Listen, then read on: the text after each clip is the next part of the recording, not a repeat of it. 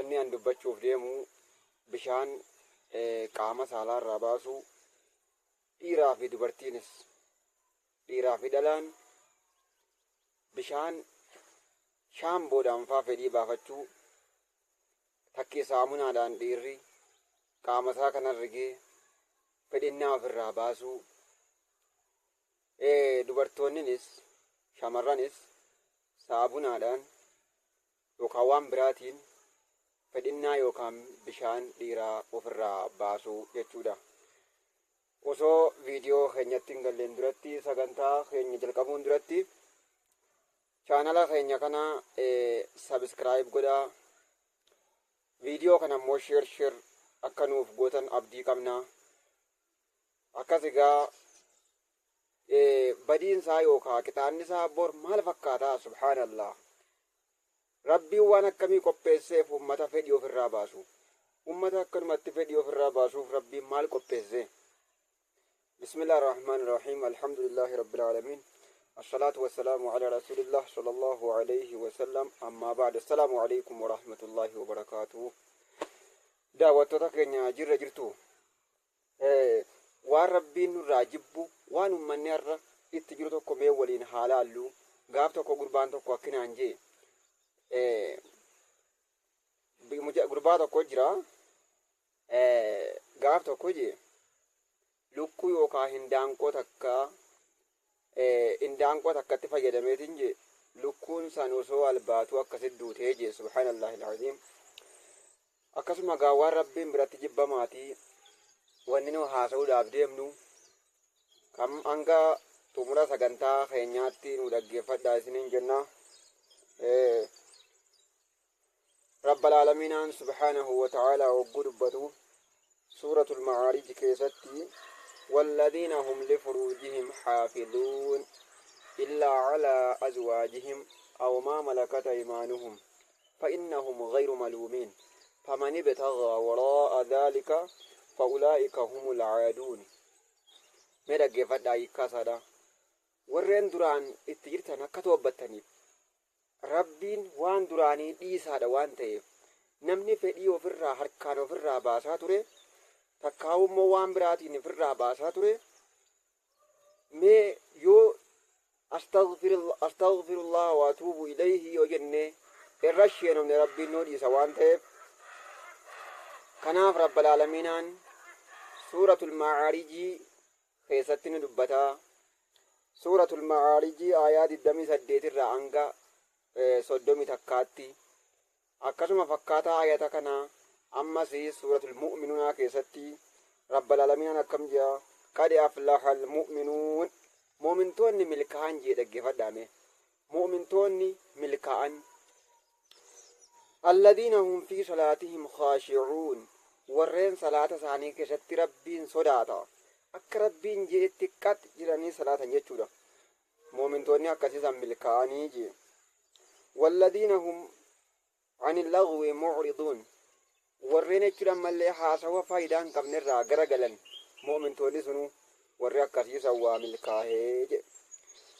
Ammallee achi oofeetuma bakka munaasabaa ayata keenyaa deemna gaa bakka waan nu dubbachuu jirru kanaan walgaluu ayanni ittuma oofee والذين هم لفروجهم حافظون جدوبا الله أكبر.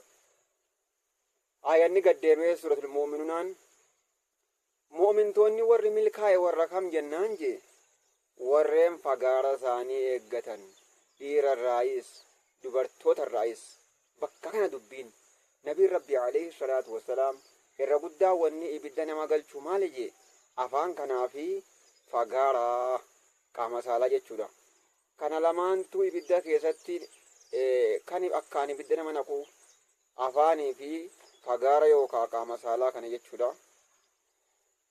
والذين هم لفروجهم حافظون مؤمنتوني warreen fagaara isaanii eeggatan yookaan qaama isaanii eeggatan milkaa'anii warreen eegganneeoo hasaaran warreen fedhinnaa baafatan bakka hin taanetti zinaattis harkaanis ofirraa baasanuu karaa hin taanetti bahe duuba bor qixaaxa rabbiitu jira akkuma waliin laaluu deemnu jechuudha.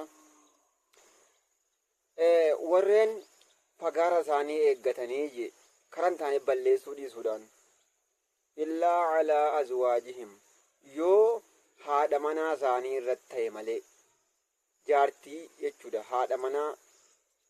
haadholee manaa isaanii irratti yoo fedhii baafatan malee sun sawaaba qabaa'uu yaa obboleeyyan islaamaa osoo beenne akkuma fedhinnaadhaan itti dhannu san akkuma osoo haraam keessa keenye qixaaxa qabu sanitti halaal keenya duuba haadha manaa wajji rafuu yookaan wajji ciisuun sawaaba guddaa qabdi maasha Allah. Baguma rabbiin kasaaraa nuun hin jedhin baguma rabbiin akkasumatti fedhuma baafachuu qofa kan keessan baga rabbiin nuun hin jedhin alhamdulillahi rabbil aalamiin. وفي بدء عهدكم صدق كما جاء نبي ربي عليه الصلاة والسلام ما جارتي وجرفون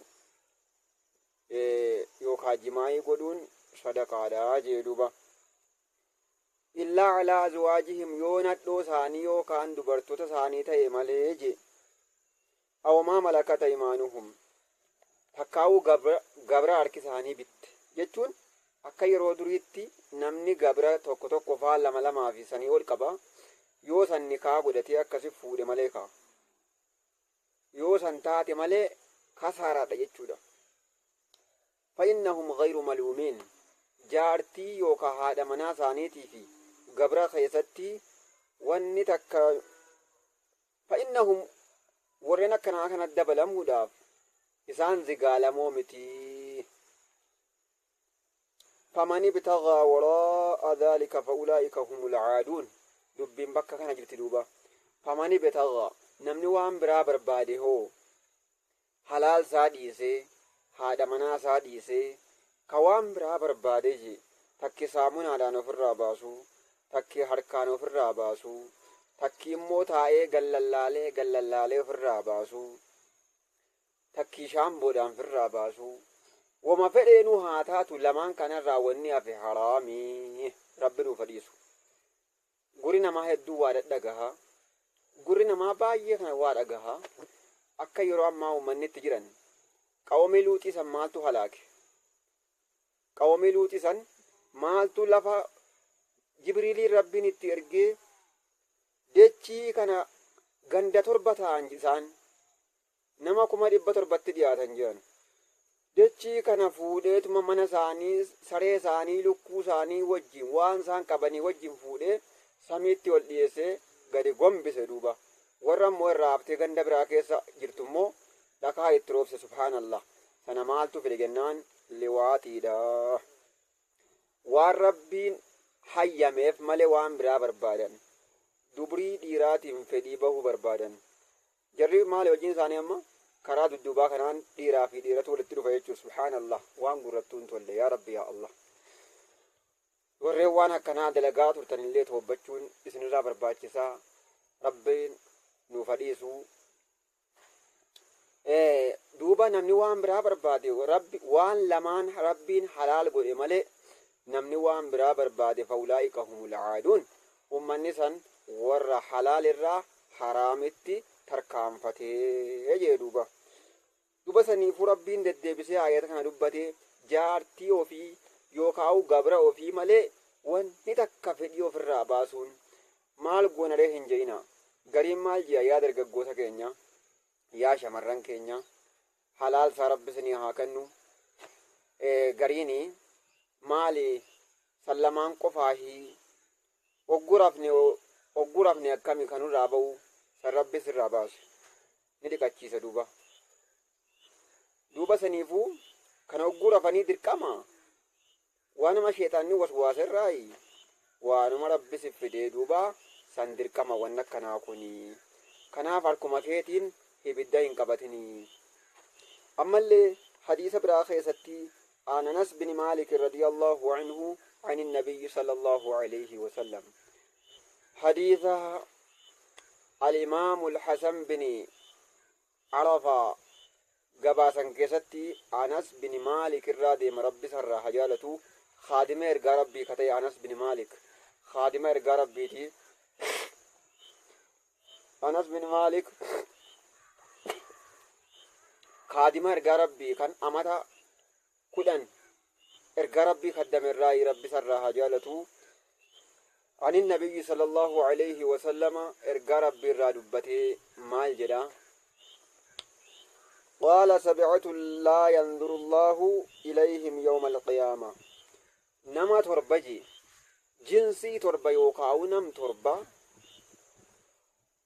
نم تربة اسني كلامي نما تربة جنان توك ولا مسديا فرشان جاء تربة متي نما حالة تربة كبوجت شودا حالة تربة كانت نمني إرماتي دوبا كم تا لا ينظر الله إليهم يوم القيامة ربي انقرساني هلال جان لا إله إلا الله سبحان الله جنسي تربة ربي انقياك يا معا قمسا هلالو مال أي نظر رحمة إلالك رحمة هلالو إلالك جبانسا إلالك كتاب عملي هلالو ربين تربان كان نم تربة لك هاي جتودا ربين قرساني هلالي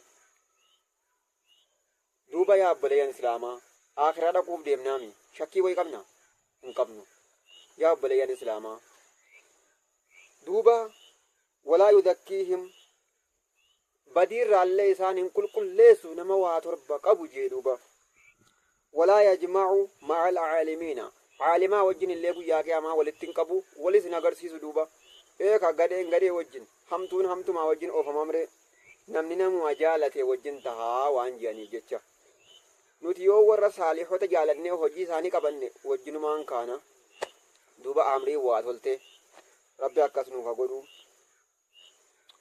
ولا يذكيهم ولا يجمع مع العالمين ويدخلهم النار أمة واتر بقى رب إبدا يسانك جيدوبا يا رب نويك إبدا يسانك أمة كسيسنا رب إبدا نكا في أول الداخلين أولا موتا إبدا سينانيتي يجري أمة نسان warri waa torban ganaa dubbachuudhaaf deemnu qabu sun ummanni san dura guyyaa qiyaamaa warra dura ibidda seenan tahan duuba illaa an yatuubu yoo toobbatan malee yoo toobbatanii gizeedhaan yaa rabbi nu dhiis ji'an malee awwala warra ibidda seenurraa tahanii salaama rabbi nu haa baasu yaa obboleeyyan keenya waan xixiqqoodhaan ibidda bitachuun hin barbaachisu duuba khasaaraa guddaadha. waman taaba taaba allahu alayhi namni immoo toobbate rabbiin toobaarraa qeebala. wafii torban sana duuba amma hin dubbannu torban san keessaa maal jennaan tokko annaakihu biyadi allahu akbar nama harkaan fedhinnaa ofirraa baasu jee fedhu qubaan ofirraa baafti fedhummoo ammas dhiirrimmoo fedhinnaa harkaan firraa baasa.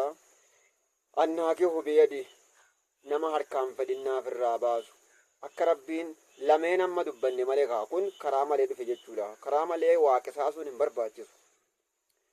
bakka rabbiin kaa'e malee of kaahuun bakka rabbiin itti baase jedhe malee baasuun haaraamii ibidda namaa bitti yoo irraa toobbatan malee jechuudha. wafii annaakihu biyadi annaakihu yadahu nama harka isaatiin fedhinnaa ofirraa baasu laa ilaaha illallah mee rabbisni hadhiisu rabbinuuf hadhiisu waan hin taane دوبا رواه الإمام الحسن بن عرفة هذا حديث غريب فيه من لا يعرف لجهله. حديث نكوني دوبا غريبي حديث غريب تهوداف رجاء قرآن كبا رجاء قرآن الرسول لما كشت ربين ولد دابي أكسد دبته سورة المعارج في أما اللي سورة المؤمنين كشت دبته جرا كتلو تبيان سه دبته جرا. kanaaf obboleeyyan keenya hadiisni akkanaa kun babal'atee wanni hin jirreef duuba ummanni wal qaanfatan.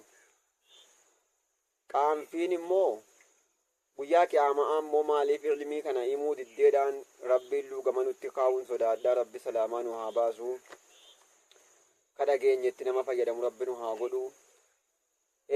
kanaaf wal qaanfachuudhaaf hadiisni kun babal'achuu didee maal jedheen kana dubbadhaa duuba rabbii kanarraa salaama rabbi nu haa baasu warra halaala rabbiin kenneef barbaadu rabbi nu haa godhu. Nama haraam irraa toobbatee halaal barbaadu rabbi nu haa godhu.